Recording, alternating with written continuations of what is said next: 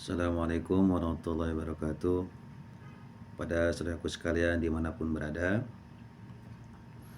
ada pertanyaan bagaimana hukumnya ketika seseorang mengaku keturunan Nabi. Nah, ini saya jawab bahwa fenomena sekarang ini memang banyak orang yang mengaku-ngaku sebagai keturunan Nabi karena memang mau mulia dan mereka ingin dimuliakan oleh masyarakat, terutama masyarakat yang awam.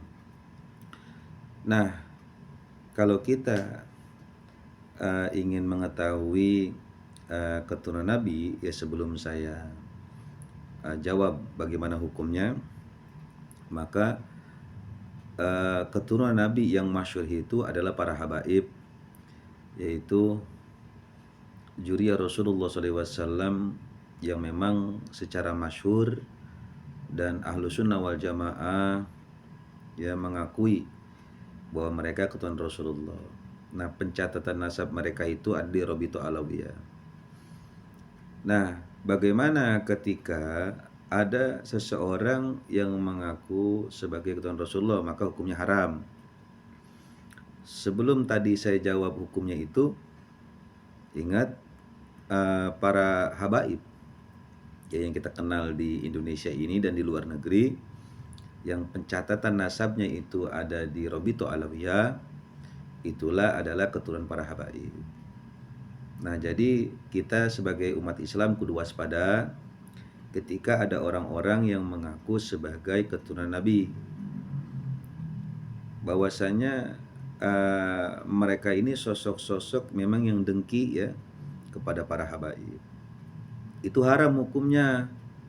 Kita mencaci maki, merendahkan, bahkan hukumnya haram ketika kita bahwasanya tidak mengakui bahwa habaib itu bukan keturunan Rasulullah. Bahkan kita menolak ya daripada habaib itu sebagai keturunan Rasulullah.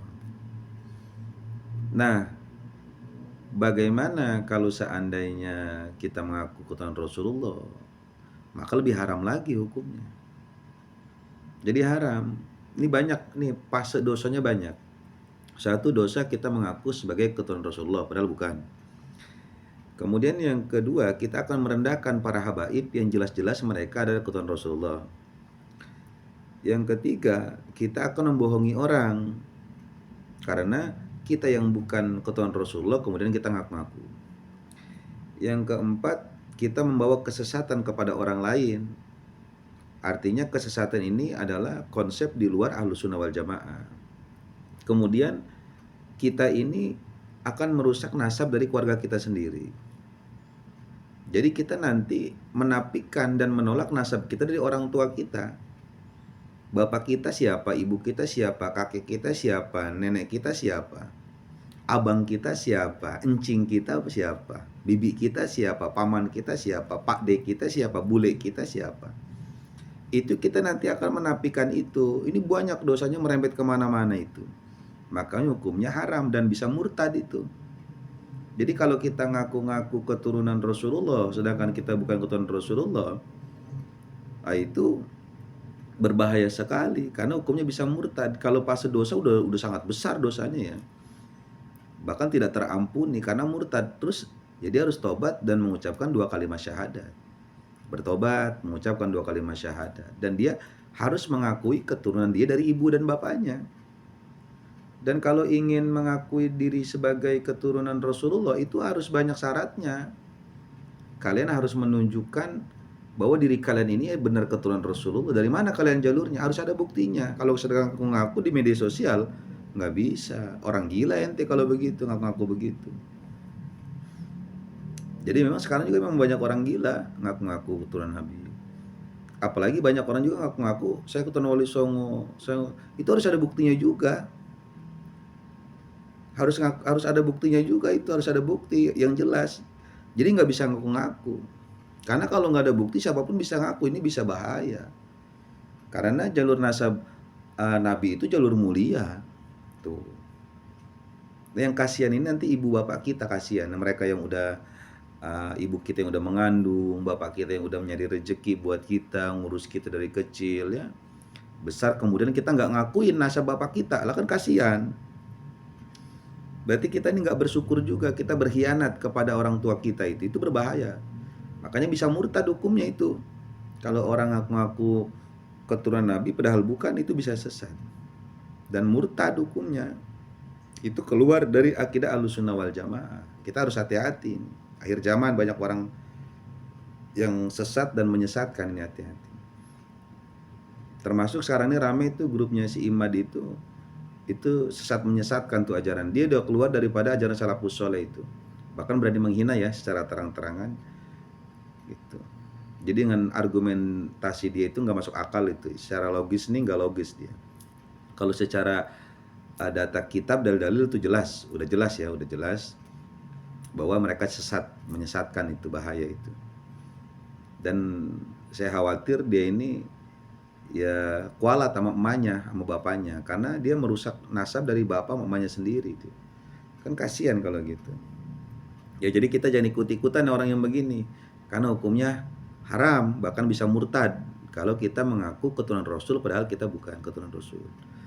Jangankan itu, ketika kita menghina habaib aja itu dosanya gede banget.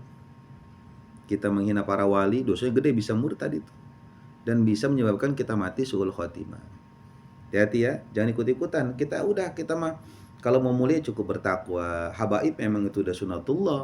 Emang itu udah bahasanya udah kehendak Allah, mereka dilahirkan dari rahim-rahim mulia, ya silakan dari Rasulullah itu terus bawa terus dari Imam Ubaidillah terus ke bawah. Itu ya udah kehendak Allah. Kita dilahirkan dari rahim ibu kita ya sebagai orang Banten. Itu bukan pilihan kita, itu udah takdir Allah. Ada orang dari Eropa, dari Spanyol, dari Afrika, segala macam belahan bumi lainnya.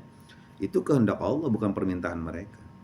Jadi kita nggak bisa dalam bab ini mengatur-ngatur Allah, nggak bisa. Kita cukup bersyukur kepada Allah, laksanakan kewajiban kita kepada Allah, beres. Jadi nggak usah kita menuntut kepada Allah. Kalau kita menolak nasab kita sendiri, meragukan nasab kita sendiri, bahkan kita mau nyebrang ke nasab orang lain, oh itu berbahaya. Apalagi kita merusak nasab orang, itu lebih berbahaya lagi. Ya hati-hati. Kita ngaku Ahlussunnah wal Jamaah, ikutin aja udah kiai-kiai kita, Mbah Mun ya, ikutin Kiai Haji Lutfi Basorri, ikutin bahasanya Abu Yadimyati, Abu Bustami, Abu Sanusi, ikutin Syekh Nawawi, udah beres, aman. Udah kita ikutin mereka aja, aman. Ikutin Abah Guru Sekumpul, aman udah. Jangan ikutin orang baru memberikan pemahaman baru seperti Imad dengan sel gelomboknya itu orang-orang sesat menyesatkan walaupun dia ngaku sebagai orang-orang Ahlussunnah, ngaku orang NU, bahkan dia ngaku sebagai kiai atau gus. Ini menyesatkan, jangan diikutin. Jangan. Karena orang lagi-lagi ngaku itu gampang. Kita nggak kenal siapa, nasab mereka seperti apa, buktinya kita juga nggak tahu. Jangan. Terus jangan nuntut habaib untuk tes DNA. Karena itu menuntut tes DNA itu bagian daripada akidah di luar Ahlussunnah. Ahlussunnah itu nggak ada penuntutan itu. Karena ada syaratnya, segala macam itu butuh syarat, butuh rukun. Jadi udah kita urus keluarga kita aja, urus nasab kita, jagain. Kita jadikan sebagai orang-orang yang mulia dengan ibadah kepada Allah. Nggak usah kita menuntut orang lain untuk tes DNA segala macam, menunjukkan bukti. Lah kita juga kalau dipinta bukti segala macam, paling kita cuma sekedar KTP, KK dan akte lahir. Selebihnya kita nggak punya kan. Ke atas kita ngaku orang siapa, orang mana, kita kan kadang nggak bisa itu. Apalagi tes DNA itu sangat aneh sekali gitu. Ya nggak rasional lah bahasanya. Ya hati-hati kalau ngaku Ahlussunnah wal Jamaah, udah ikutin aja para ulama-ulama salafus soleh, jangan ikutin orang-orang yang nggak jelas ya. Apalagi sesat menyesatkan. Oke. Semoga manfaat. Assalamualaikum warahmatullahi wabarakatuh.